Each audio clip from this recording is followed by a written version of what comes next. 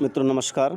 मैं Krishna Kumar Shukla political science विषय के अंतर्गत आज हम आप चर्चा करेंगे कानपुर विश्वविद्यालय के एमए द्वितीय वर्ष का तीसरा पेपर, जिसका नाम है major ideas and issues in public administration.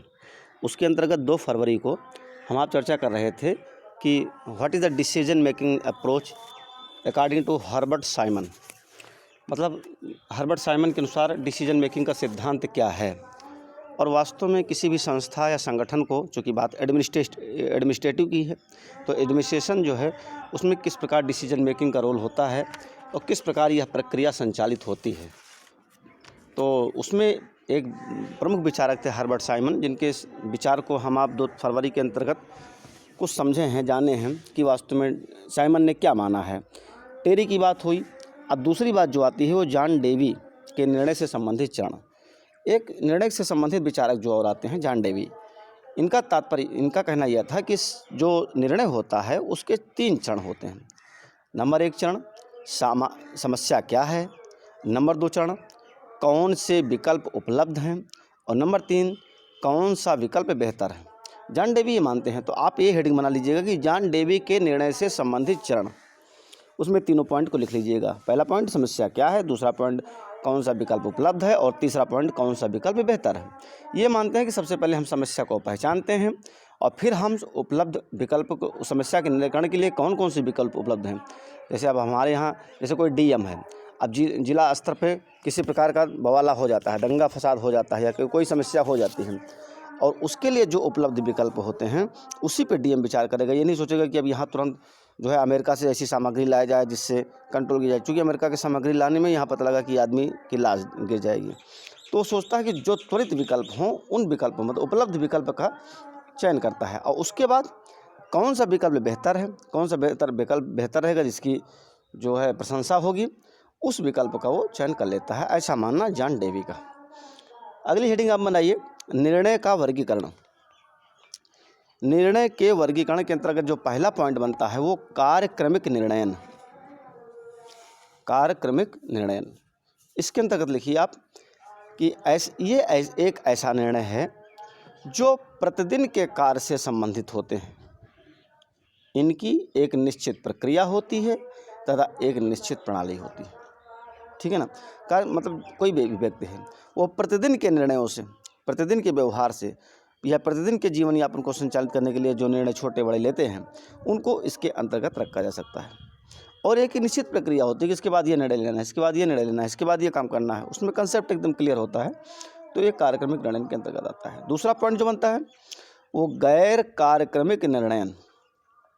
गैर कार्यक्रमिक निर्णयन, इसके अंतर्गत क्या होता है, इसको जानने समझने का प्रयास करेंगे हम आप कि इसमें ऐसे निर्णय अधिक बौद्धिकता एवं योग्यता की ज़रूरत होती है। मतलब इसमें ऐसे निर्णय लिए जाते हैं जिसमें बहुत बौद्धिकता एवं योग्यता की ज़रूरत होती है, जो वेल क्वालिफाइड होते हैं। किसी विशेष कार्य से निर्णय लिए जाते हैं। टेक्निकल अगर प्रॉब्लम है, जो टेक्निकल बंदा होगा, एक्सपर्ट होगा, वो डिसीजन लेगा। एडमिनिस्ट्रेटिव का है तो जो एडमिनिस्ट्रेशन वाला होगा वो लेगा। वित्त का है तो वित्त डिपार्टमेंट वाला लेगा। मतलब जो विशेष गुणों का संबोधित करता, बौद्धिकता हो जिसमें, वो निर्णय लेगा।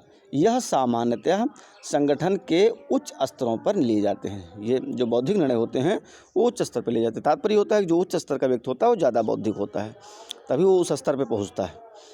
तो यह विषय उसका है जो उच्च स्तर पर बैठा है। ऐसे निर्णय गैर संरचनात्मक तथा परिणामोन्मुखी होते हैं। गैर संरचनात्मक की मतलब उसका ये नहीं है कि ढांचा बना के ये करके पूरा उसका खाका खींच के तब किया जाए, नहीं। वो चूँकि बौद्धिक निर्णय होता है, तुरंत जो निर्णय जो ले लेता है वो बेहतर माना जाता है। तथा परिणाममुखी होते हैं, मतलब उनकी दिखती है कि हाँ इतनी संख्या में इसका फ़ायदा हुआ, नुकसान हुआ, ये सब दिखता है। ये 2 पॉइंट हुए। अगली हेडिंग बनाइए आप, निर्णय प्रक्रिया मॉडल। निर्णय प्रक्रिया मॉडल के अंतर्गत क्या है कि जब लोक प्रशासन के क्षेत्र में जो साइमन का निर्णय है, निर्णय निर्माण संबंधी मॉडल प्रमुख है। जो निर्णय प्रक्रिया की मॉडल है उसमें साइमन का जो निर्णय निर्माण संबंधित मॉडल है वही प्रमुख माना जाता है। साइमन निर्णय निर्माण को प्रशासन के समानार्थी मानते हैं। वो मानते हैं कि प्रशासन और निर्णय निर्माण ये इक्वल हैं, बराबर हैं, दोनों साथ साथ चलते हैं, और प्रशासन की प्रत्येक गतिविधि में निर्णयन को शामिल करते हैं। वे एक परिभाषा के अंतर्गत ये बताने का प्रयास करते हैं कि वास्तव में इसका मॉडल क्या है। तो उसमें लिखते हैं, मतलब साइमन के अनुसार डबल यूनिट का हम लिख लीजिए कि निर्णय निर्माण कार्य का वैकल्पिक रास्तों के बीच सर्वोत्तम तार्किक चुनाव है। निर्णय निर्माण का कार्य वैकल्पिक रास्तों के बीच सर्वोत्तम तार्किक चुनाव है। ये इनकी एक छोटी सी परिभाषा है। तो साइमन ने माना है कि निर्णय संगठन के प्रत्येक स्तर पर लिए जाते हैं, कोई उच्च स्तर की बात नहीं है। ठीक है, पैराग्राफ चेंज करके लिखिए आप कि साइमन निर्णय में तार्किकता को प्रमुख माना है और उन्हें 6 प्रकार का माना है। नंबर 1, वस्तुनिष्ठ तार्किकता। नंबर 2, विषयनिष्ठ तार्किकता। नंबर 3, सचेतन तार्किकता। नंबर 4, सुविचारित तार्किकता। नंबर 5, संगठनात्मक तार्किकता। और नंबर 6, व्यक्तिगत तार्किकता। ये 6 पॉइंट के अंतर्गत साइमन ने ये माना है कि उनके 6 प्रकार होते हैं। वस्तुनिष्ठ तार्किकता ना, विषयनिष्ठ तार्किकता, सचेतन तार्किकता, सुविचारित तार्किकता, संगठनात्मक तार्किकता और व्यक्तिगत तार्किकता। तो इस प्रकार साइमन का मानना था कि प्रशासनिक व्यवहार में कोई भी निर्णय पूर्ण रूप से तार्किक नहीं हो सकता, इसलिए सर्वोत्तम बनाने वाला निर्णय ही संभव है तथा संगठन में मानव व्यवहार को ना तो पूर्ण रूप से तार्किक कहा जा सकता है और ना पूर्ण रूप से अतार्किक। ठीक है ना। साइमन ने अपनी विचारधारा में आर्थिक मानव और पूर्ण तार्किक मानव का विरोध किया है। उन्होंने अपने निर्णय मॉडल में आर्थिक मानव के स्थान पर प्रशासनिक मानव के दर्शन को देखते हैं कि भाई प्रशासनिक मानव श्रेष्ठ है, आर्थिक मानव नहीं। साइमन ने माना कि जहां आर्थिक मानव अधिकतम लाभ के लिए उत्तम विकल्प का चुनाव करता है, वहीं प्रशासनिक मानव संतोषजनक विकल्प को चुनता है। साइमन मानते हैं कि जहां पर आर्थिक मानव अधिकतम लाभ के लिए, जो भाई आर्थिक मानव होगा, जो अर्थ से संबंधित कार्य करेगा, वो किस पे बल देगा? लाभ की बात करेगा। और जो प्रशासनिक होगा वो व्यवस्था को बेहतर ढंग से संचालित करने के लिए प्रयास करेगा। तो उसमें कोई ऐसी लाभ वाली बात तो है नहीं। कभी कभी कुछ प्रकार की हानियां भी होती हैं, लेकिन संगठन बेहतर हो जाता है उसके निर्णय से। तो इसलिए उसने प्रशासनिक मानव को बहुत अच्छा विकल्प माना है। और इसके अंतर्गत साइमन जो है कहता है कि प्रशासनिक मानव प्रतिमान के निर्णय के चरण या सीमित विवेकशील मॉडल, मतलब वो कहता है कि एक जो प्रशासनिक मानव होता है उसके निर्णय के चरण कौन कौन से होते हैं या उसके सीमित विवेकशील मॉडल क्या क्या होते हैं। तो इसको आप हेडिंग बना लीजिएगा कि प्रशासनिक मानव प्रतिमान के निर्णय के चरण या सीमित विवेकशीलता। इसके अंतर्गत पहला पॉइंट जो आता है वो आता है समस्या को परिभाषित करना। नंबर 2, उपयुक्त स्तर निर्धारित करना। नंबर 3, उपयुक्त विकल्प का अध्ययन करना। नंबर 4, उपयुक्त विकल्प न मिलने पर नए विकल्प तलाशना। और नंबर 5, विकल्पों का मूल्यांकन करना। नंबर 6, विकल्प को क्रियान्वित करना। और नंबर 7, भविष्य की समस्याओं के समाधान का आधार बनाना। जो प्रशासनिक मानव होता है इन बिंदुओं के माध्यम से वो अपने निर्णय को लेता है और कहता है कि निर्णय का सहायक यही चरण सर्वोत्तम चरण है। उसमें जो पहला है समस्या को परिभाषित करना, समस्या जो है उसको कायदे से हाईलाइट करना, उसको एकदम कंसेप्ट मतलब उसका क्लियर हो जाना कि समस्या यही है, इसमें कोई इफ़ और बट नहीं है। दूसरा पॉइंट, उपयुक्त स्तर निर्धारित करना। अब वो समस्या किस स्तर पे है उसको निर्धारण करना तीसरा पॉइंट, उपयुक्त विकल्प का अध्ययन करना है। समस्या का निर्णय करने के लिए कौन सा विकल्प बेहतर हो सकता है, इसका स्टडी करता है। फिर वो सोचता है कि उपयुक्त विकल्प ना मिलने पर नए विकल्प, अगर हमने जो विकल्प तलाशे हैं सपोज दैट वो ना मिले तो क्या करेंगे, तो फिर नए विकल्प की तलाशने की प्रक्रिया शुरू करता है। फिर कहता है विकल्पों का मूल्यांकन करना, जो विकल्प मिला है उसका मूल्यांकन करना, सही है, गलत है, उचित है, अनुचित है, सुनियोजित रहेगा कि मतलब बेकार रहेगा, इसका सबका वो मूल्यांकन करता है। और विकल्प को क्रियान्वित करना, फिर जब क्लियर हो जाता है कि नहीं ये बेहतर रहेगा तो वो क्रियान्वित कर देता है। और क्रियान्वित करने के बाद भविष्य की समस्याओं के समाधान का आधार बनाने का प्रयास करता है। तो हर्बर्ट साइमन ने प्रशासनिक मानव के जो निर्णय की व्यवस्था थी उसको इस हिसाब से देखने समझने का प्रयास किया है। अगली आप हेडिंग बनाइए, हर्बर्ट साइमन का निर्णय निर्माण का परिसीमित या तार्किक मॉडल। हम आपको एक चित्र के माध्यम से, एक मॉडल उसके फिगर के माध्यम से समझाने का प्रयास करेंगे कि वास्तव में हर्बर्ट साइमन का जो निर्णय निर्माण का परिसीमित या तार्किक मॉडल है वो किस प्रकार है। तो उसके लिए एक बीचों बीच में आप लिख सकते हैं प्रशासनिक मानव, बीच में एक खाना बना के लिख लीजिए प्रशासनिक मनुष्य। हम देखिए, आप प्रयास करिए समझने का। एक मॉडल बनाए हैं, इस मॉडल को आप समझने का प्रयास करें तो समझ में आ जाएगा कि कैसे है। अभी जो है आपके सामने प्रस्तुत कर रहे हैं, देखिए।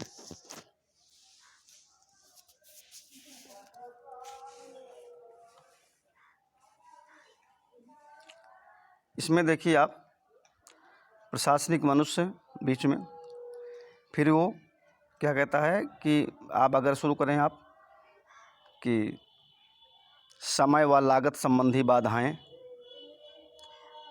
पर्यावरणीय शक्तियां, विकल्पों की प्रकृति, विकल्पों की जानकारी, व्यक्तिगत कारक, सामूहिक कारक, संतोषप्रद सक्षम निर्णय, सांगठनिक उद्देश्य की प्रकृति और सूचना का कारक, ये आपके बिंदु हैं। तो इसके माध्यम से इसको आप लिख लीजिए बेहतर ढंग से, जिससे आपको समझने में आसानी मिले।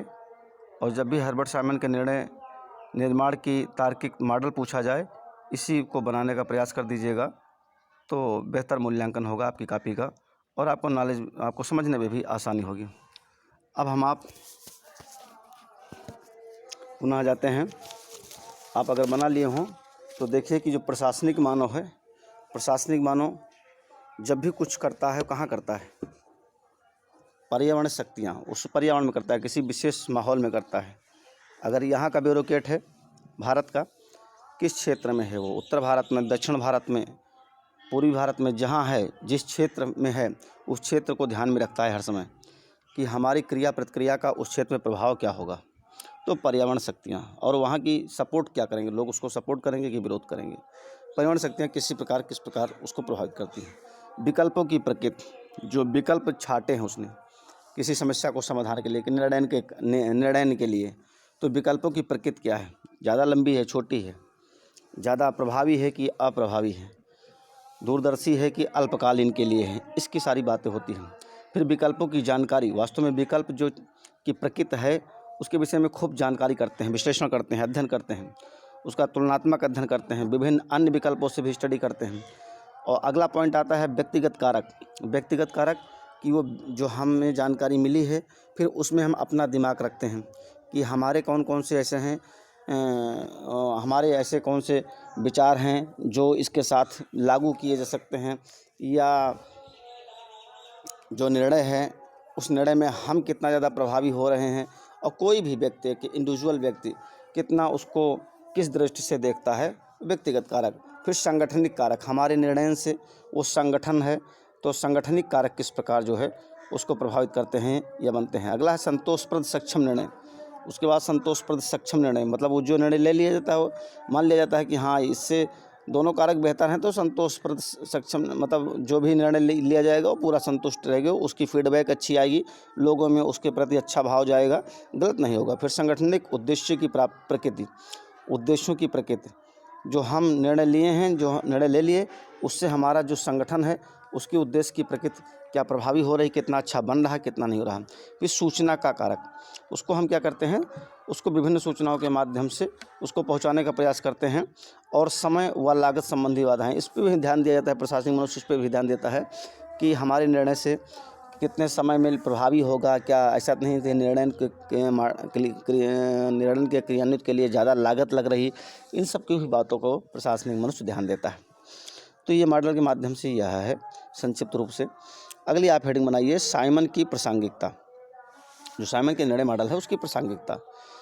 तो इसमें साइमन ने, इसके अंदर लिखिए साइमन ने, इसको समझने का एक प्रयास करिए कि प्रासंगिकता है क्या बात। देखो भाई, साइमन जो है निर्णय निर्माण सिद्धांत का एक बहुत अच्छा विचारक है और उसने बहुत सुव्यवस्थित ढंग से निर्णय प्रक्रिया को संचालित करने के लिए जो जो भी तरीके होते हैं उन पर चर्चा की है। तो उसकी प्रासंगिकता क्या है आज के डेट में। साइमन ने निर्णय सिद्धांत देकर लोक प्रशासन के विषय को और अधिक व्यापक बना दिया है तथा लोक प्रशासन को एक नई दिशा दी है, जिसमें उन्होंने निम्न ढंग से कार्य किया है। पहला, साइमन ने माना कि निर्णय संगठन के प्रत्येक स्तर होते हैं तथा यह उनकी सहभागी प्रबंधन सिद्धांत अवधारणा को स्पष्ट करता है। नंबर 2, लोक प्रशासन को सूचना प्रौद्योगिकी से जोड़ने का प्रयास भी सर्वप्रथम साइमन ने ही किया है। नंबर 3, साइमन ने यथार्थवादी दृष्टिकोण अपनाते हुए तथ्य तथा मूल्य के तार्किक संयोजन का अध्ययन किया है। कुछ लोग होते हैं वो केवल तथ्य पे ही जोर देते हैं, कुछ लोग होते हैं केवल मूल्यों पर जोर देते हैं, लेकिन साइमन ने क्या किया है कि तथ्य और मूल्य दोनों को संयोजन पर बल दिया है। ठीक ना। इस प्रकार साइमन का जो ये थाट है संक्षिप्त रूप से आपके सामने आ गया है। अब आप लिख सकते हैं कि अच्छा, मतलब अगर पूछ लिया जाए कि अच्छा निर्णय कैसे लिया जाए, उसके क्या महत्वपूर्ण क्षण होते हैं, तो आप उसको लिख सकते हैं। और ये भी लिख सकते हैं कि किसी भी संगठन में केवल निर्णय होता है। अच्छा निर्णय व्यक्तिगत सामुदायिक जीवन में निर्णय लिया जाता है। कोई भी निर्णय ना अच्छा होता है ना बुरा होता है। आप समझते हैं कि किसी भी चीज़ को आप चर्चा किए हैं पिछली वीडियो में कि कोई भी अच्छा या बुरा उस समय परिस्थिति और काल के हिसाब से डिफाइन किया जाता है। तो ऐसा ये भी कहता है कि ना कोई अच्छा होता है ना बुरा होता है। निर्णय लेने के बाद भी ये तय कर पाते हैं कि क्या सही है और क्या गलत है। मतलब जो वहाँ की उस व्यवस्थित ढंग से उसके समायोजित व्यवस्था है उसको हम अच्छा मान लेंगे भाई, और जो किसी भी समय या दशा और काल के हिसाब से अगर गलत है तो उसको हम गलत मान लेते हैं। तो ये तय कर पाते हैं कि क्या अच्छा है क्या गलत है। निर्णय बौद्धिक या गैर बौद्धिक निर्णय होता है। ऐसा नहीं कि निर्णय केवल बौद्धिक वर्ग लेता है, जो प्रबुद्ध वर्ग है वही लेता है, गैर बौद्धिक भी ले सकते हैं। वो अपने स्तर का निर्णय लेते हैं। हो सकता है उनकी समाज की स्वीकृति उसी में हो जो गैर बौद्धिक निर्णय ले, है ना। कभी कभी क्या होता है कि कहते नहीं लोग कि आप तो ऐसा निर्णय ले लिए कि पागलपन की निशानी है, तो उस निर्णय को गैर बौद्धिक निर्णय कहा जा सकता है। बौद्धिक निर्णय में 3 चरण होते हैं, प्रायः बौद्धिक निर्णय में 3 चरण होते हैं। नंबर 1 कि बौद्धिकता को इसमें कारण पता करते हैं कि यह छोटे होते हैं लेकिन गंभीर होते हैं। नंबर 2 कारण जो पता किया है उसे समाधान हेतु विकल्प बनाते हैं। और नंबर 3 श्रेष्ठ विकल्पों का चयन करते हैं। यही बौद्धिक प्रक्रिया के निर्णय के चरण होते हैं, जैसे पिछले अभी आगे चर्चा की जा चुकी है। तो हम चाहते हैं कि बौद्धिक निर्णय लें किंतु ले नहीं पाते हैं ना। तथा उसमें क्या होता है कि भाई आप जो है समय या सूचनाएं मूल्य निर्णय के दौरान या विचार किया जाता है कि इनके हम जब निर्णय ले रहे हैं तो इसमें क्या प्रभाव होगा, क्या गैर प्रभाव होगा, इसकी चर्चा होती रहती है। हम 2 बिंदुओं पर ध्यान देते हैं। कभी कभी हम सर्वोत्तम निर्णय नहीं ले पाते हैं किंतु संतोषजनक निर्णय हो जाता है। सर्वोत्तम निर्णय तो नहीं हो पाता लेकिन संतोषजनक होता है। ज़्यादातर लोगों के द्वारा उसको स्वीकार कर लिया जाता है कि नहीं ये ठीक है, जो भी है अच्छा है। तो सीमित बौद्धिकता के अंतर्गत रहकर ही निर्णय लेते हैं। कोई भी निर्णय चाहे जितना तथ्य इकट्ठा कर लें किंतु वह सही गलत या अच्छा बुरा भी हो सकता है। निर्णय त्वरित या संतोषप्रद लेना चाहिए, न कि संतोष निर्णय। तो इस प्रकार आपका जो है हर्बर्ट साइमन के अंतर्गत जो डिसीजन मेकिंग अप्रोच है उसकी संक्षिप्त रूप से आपके पास आपसे चर्चा हो चुकी है। आप इसको पॉइंट टू पॉइंट लिख सकते हैं और लास्ट में दिखा सकते हैं, कंक्लूजन लिख सकते हैं कि इस प्रकार ये कहा जा सकता है कि हर्बर्ट साइमन ने निर्णय को बहुत व्यापक ढंग से बताने का प्रयास किया है, जिसमें उन्होंने सबसे बड़ी बात यह कही है कि निर्णय जो उच्च वर्ग है मात्र उसी का काम न रह करके संगठन के प्रत्येक स्तर पे जो भी कार्यरत कर्मचारी हैं उनके निर्णयों को भी समायोजित किया जा सकता है। निर्णय बौद्धिकता का प्रतीक होता है और कि प्रशासनिक मनुष्य किस प्रकार निर्णय लेता है उसका जो है मॉडल है वो आप भी समझ चुके हैं। तो किसी भी संगठन को संचालित करने के लिए, बेहतर करने के लिए निर्णय बहुत महत्वपूर्ण रोल प्ले करता है। निर्णय पे ही सब कुछ आधारित होता है। व्यक्ति के जीवन में, संगठन के, संस्था के जीवन में, किसी के भी लाइफ में वो निर्णय का सबसे महत्वपूर्ण होता है। तो इस प्रकार यह MA द्वितीय वर्ष कानपुर विश्वविद्यालय के अंतर्गत जो MA द्वितीय वर्ष का भी पाठ्यक्रम चल रहा है, तो उसके अंतर्गत जो तीसरा पेपर था उसमें जो ये था decision making theory, decision making approach Herbert Simon का, उसका हम आप संक्षिप्त रूप से चर्चा हो गई। नेक्स्ट चैप्टर उसी पेपर में नेक्स्ट चैप्टर की चर्चा अगले समय होगी। आप सबको नमस्कार, धन्यवाद, जय हिंद।